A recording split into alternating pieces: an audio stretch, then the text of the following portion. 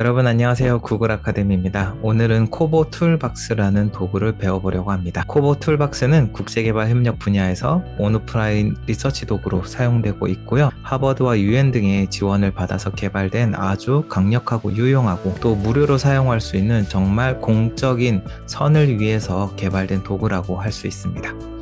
자, 그러면 코보 툴박스 함께 기초부터 배워보도록 하겠습니다. 코보 툴박스는 이제 웹 브라우저에서 사용할 수 있기 때문에 사용하시는 웹 브라우저에서 코보 툴박스를 검색합니다. 보시면 이렇게 상단에 코보 툴박스가 나타나고요. 이 사이트에 들어오셔가지고 먼저 계정 만들기를 진행하시면 되겠습니다. 사인업을 누르셔도 되고요. 사인업은 기존의 아이디로 로그인할 수도 있고 계정 만들기. 계정 만드실 때는 글로벌 버전으로 만드시면 되겠습니다. 간단하게 이름과 아이디, 이메일, 섹터, 컨트리 등을 입력해 보도록 하겠습니다. 가입하실 때 이메일 주소를 잘 입력하셔야 됩니다. 왜냐하면 이메일로 인증 메시지가 오거든요. 거기서 링크를 클릭해야 되기 때문에 반드시 확인 가능한 이메일을 입력하셔야 합니다. 섹터에는 활동하는 분야를 입력하시면 되겠습니다. 컨트리에는 나라를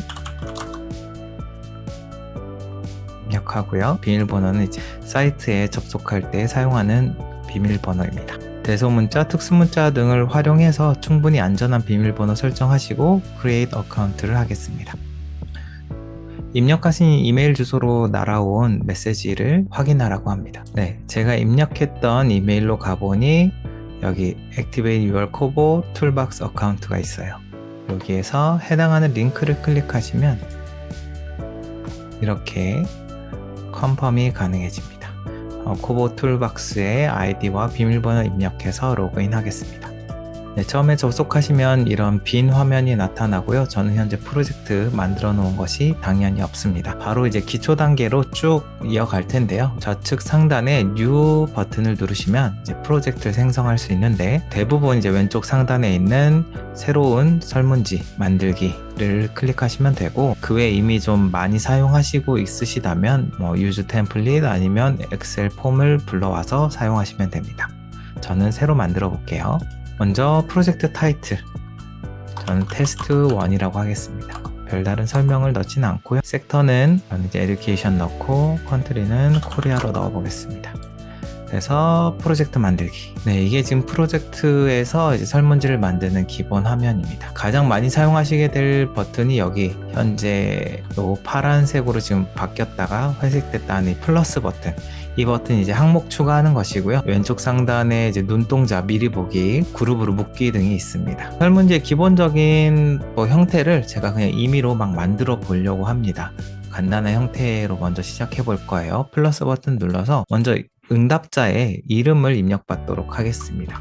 언어는 이제 사용하시는 용도에 따라서 활용하시면 되는데 저는 이제 손쉽게 일단 한글로 만들도록 하겠습니다. 이름을 입력하세요. 에듀케이션 버튼을 누르면 이제 질문의 속성, 항목 속성을 선택할 수 있습니다. 자, 이름 입력하라고 했으니까 텍스트로 받으면 되겠죠? 그 다음에 나이를 입력하세요. 나이는 숫자니까 항목 중에 넘버를 속성으로 설정하고요. 그 다음에 성별을 입력받아 보겠습니다. 성별을 선택하세요. 이제 선택하는 거니까 Select One, 처음에 선택되어 있는 그 동그라미를 선택하시면 되고요. 옵션에 남자, 여자, 우선 이 정도로만 입력해 두겠습니다. 그러면 이제 이 세 개의 정보가 응답자의 가장 기초 정보라고 할 수 있겠네요. 성별하고 나이 순서 바꾸고 싶으면 질문 항목에 마우스로 클릭해서 끌어다가 순서를 바꾸셔도 됩니다. 순서가 바뀌었고요. 그 다음에 이 세 항목을 제가 묶어서 하나의 기초 정보, 응답자 정보로 이렇게 그룹을 지으려고 해요. 그러면은 이게 선이 색깔이 바뀌는 게 잘 안 보이긴 하는데 먼저 이름, 질문을 선택하면 테두리가 파란색으로 바뀌었습니다. 좀 더 확대해 볼게요.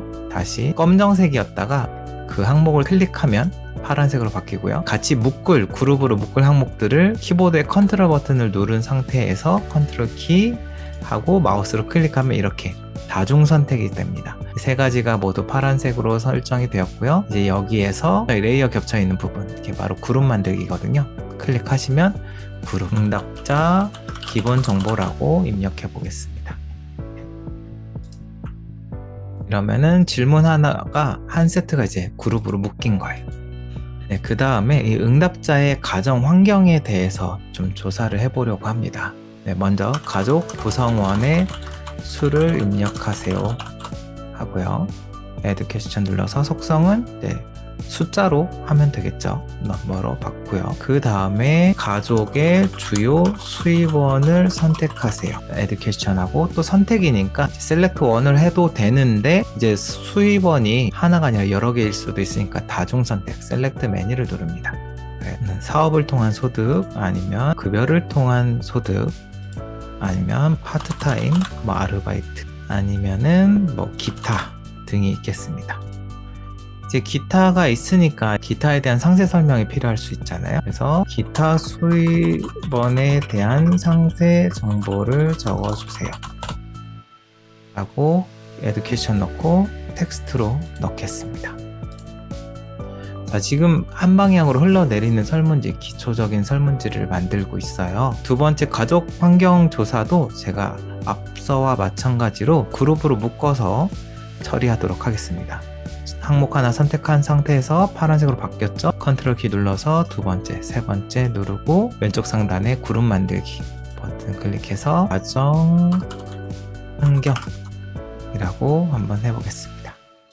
그 다음에는 토지를 소유하고 있나요? 라는 질문으로 하겠습니다. 저 토지 소유 셀렉트 네, 아니요가 되겠죠? 네, 아니요로 이렇게 토지를 소유했는지를 확인하고요. 토지에 대한 상세 정보를 입력해 주세요 라고 만들 수 있겠죠. 이 자체는 질문은 아니고 이 자체는 지금 노트, 문구로서 알려만 주는 거고 실제 알고자 하는 것은 상세 정보를 입력받아 볼 건데요. 먼저 토지의 크기를 입력할 수 있도록 합니다.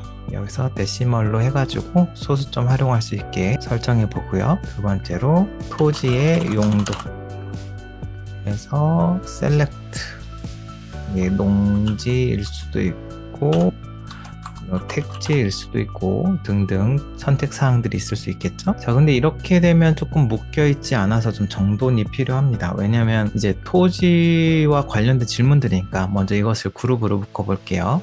항목 하나 선택해서 파랗게 바꾸고 컨트롤 키 눌러서 다중 선택 왼쪽 상단에 그룹 눌러서 이번에는 토지 정보라고 할 겁니다.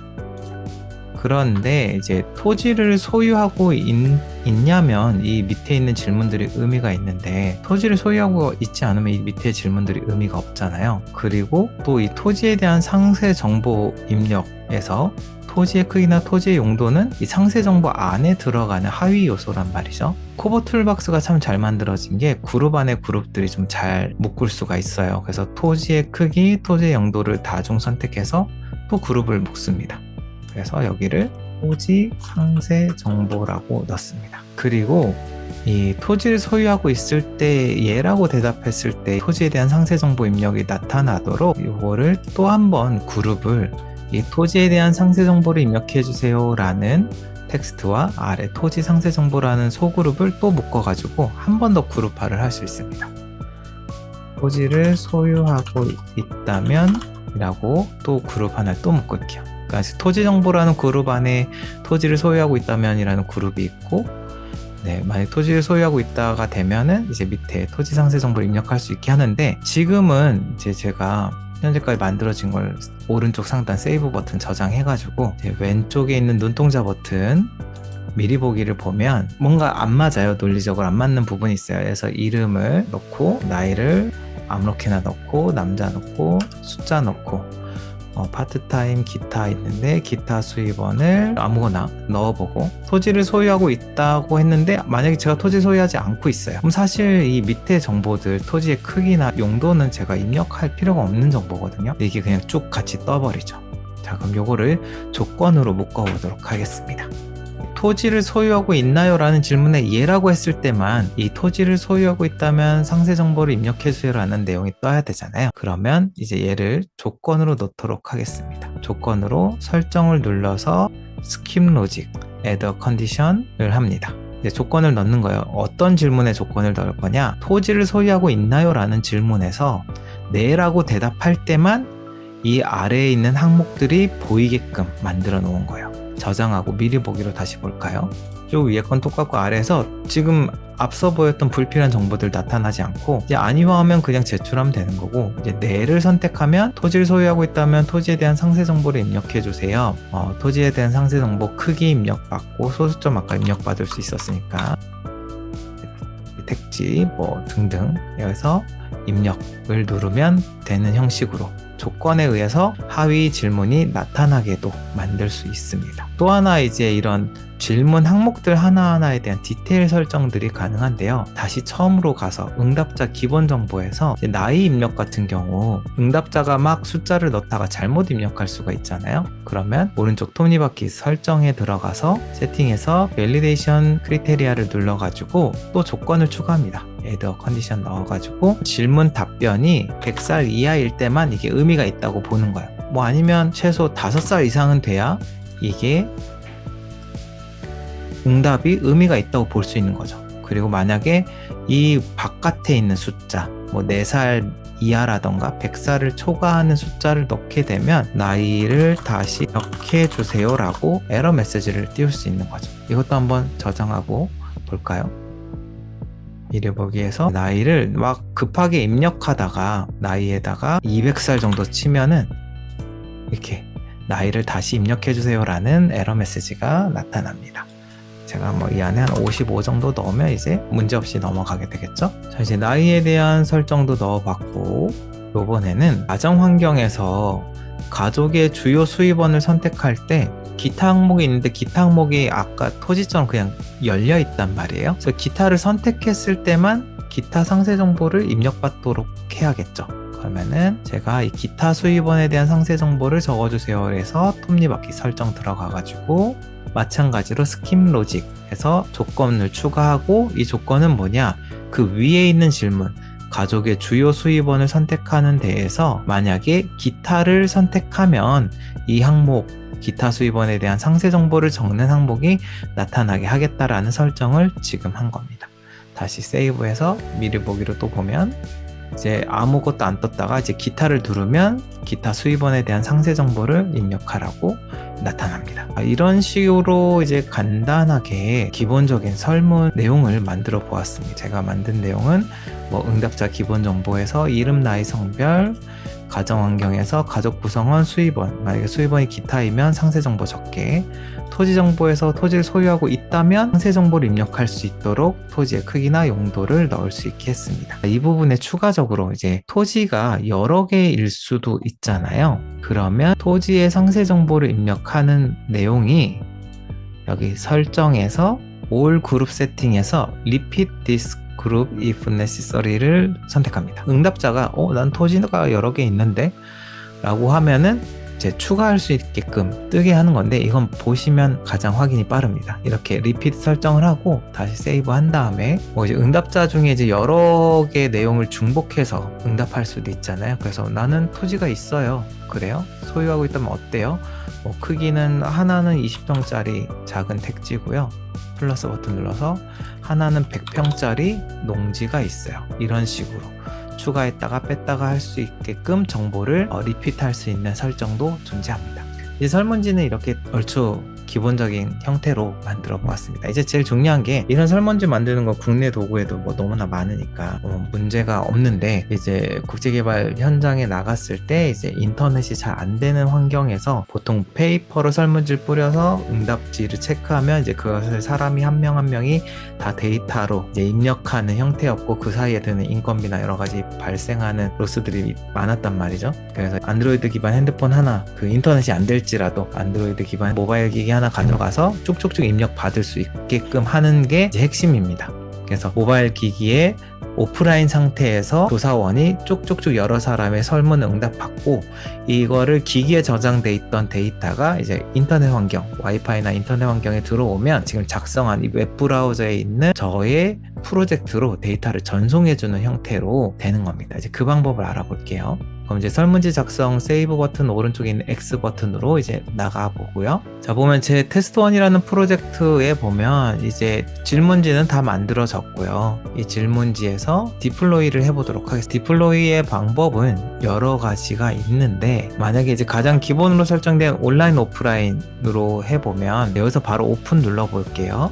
오픈 누르면 제가 만들었던 설문지가 바로 이 웹브라우저에 나타나겠죠. 만약에 노트북이나 뭐 태블릿 같이 인터넷 환경 되는 상태에서 제가 기기를 들고 다니면서 쭉쭉 입력을 받을 수도 있겠죠. 가상으로 입력해 보겠습니다.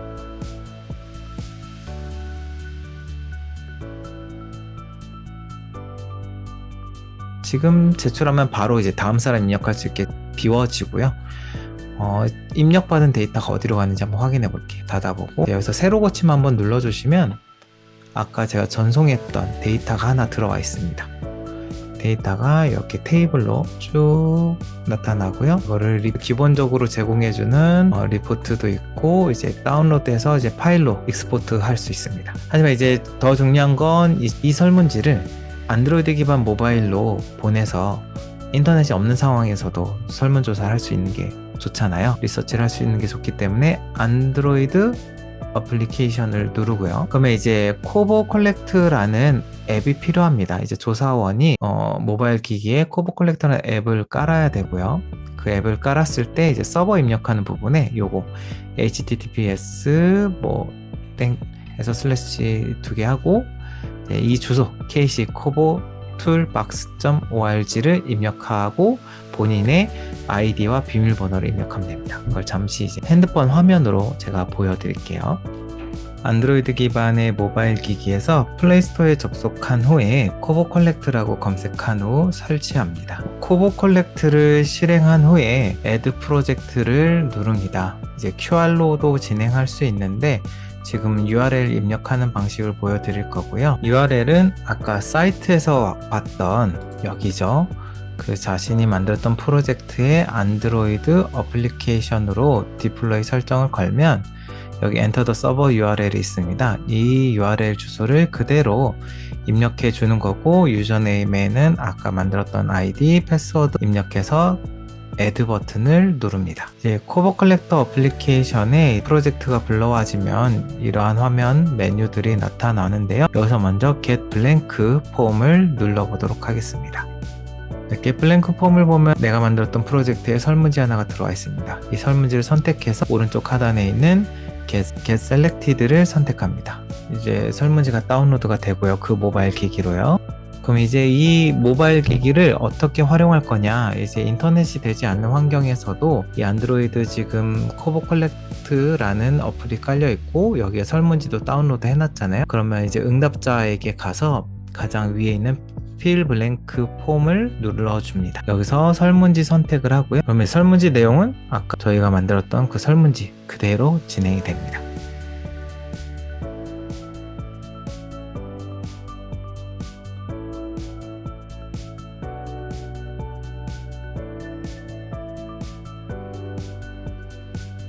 네, 설문지를 응답자가 다 작성한 후에 그 해당 설문지의 이름도 이제 물론 응답자가 처음에 입력했지만 또 조사원이 따로 이름을 입력할 수가 있고요. 입력한 내용을 세이브하고 폼을 제출합니다. 그러면 정상적으로 세이브가 되었는데 이 데이터는 지금 웹브라우저의 서버에 저장된 게 아니라 해당 모바일 기기에 저장된 겁니다. 그렇기 때문에 오프라인 상황에서도 사용할 수가 있는 거예요. 반복적으로 여러 응답자의 데이터를 받은 후에 여기에 보면 샌드가 있습니다. 완료된 설문지를 서버로 보내는 건데요. 인터넷이 되는 환경에서 이 모바일 기기 안에만 저장되어 있는 데이터를 아까 그 웹브라우저의 서버로 보내는 거죠. 어떤 설문지를 보낼지도 선택할 수 있고 선택한 후에 Send Selected 터치합니다. 해당하는 설문지가 잘 업로드 되었다고 합니다. 다 이제 서버로 보냈으니까 현재 남아있는 보내지지 않은 설문지가 없다고 표시가 되고요. 서버로 전송된 설문지는 View Sent 폼에서 확인할 수 있습니다. 그러면 이제 안드로이드 모바일 기기에서 인터넷 환경이 돼가지고 웹브라우저의 서버로 보낸 데이터를 확인해 보도록 하겠습니다. 아까 제임스라는 이름으로 제가 데이터를 넣어 보았는데요. 데이터가 잘 들어와 있죠. 이 원리 때문에 오프라인 상황, 즉 와이파이 인터넷 연결되지 않은 모바일 기기로 설문지를 받을 수 있고 그 설문지 응답 데이터를 인터넷 연결됐을 때 서버로 보내줄 수가 있습니다. 이렇게 연동된 데이터를 활용하면 됩니다. 여기 다운로드해서 필요한 파일 형식으로 응답 결과들 쭉 내보낼 수 있고요. 오늘은 여기까지 코보 툴박스라는 온오프라인 연계할 수 있는 리서치 도구를 한글화로 된 영상이 딱히 없어가지고 제가 이제 공부하게 되면서 알게 된 내용 저장하고 또 함께 쉽게 알아볼 수 있는 튜토리얼로 제작해 보았습니다. 여러분에게 도움이 되었으면 좋겠고요. 지금까지 구글 아카데미였습니다. 감사합니다.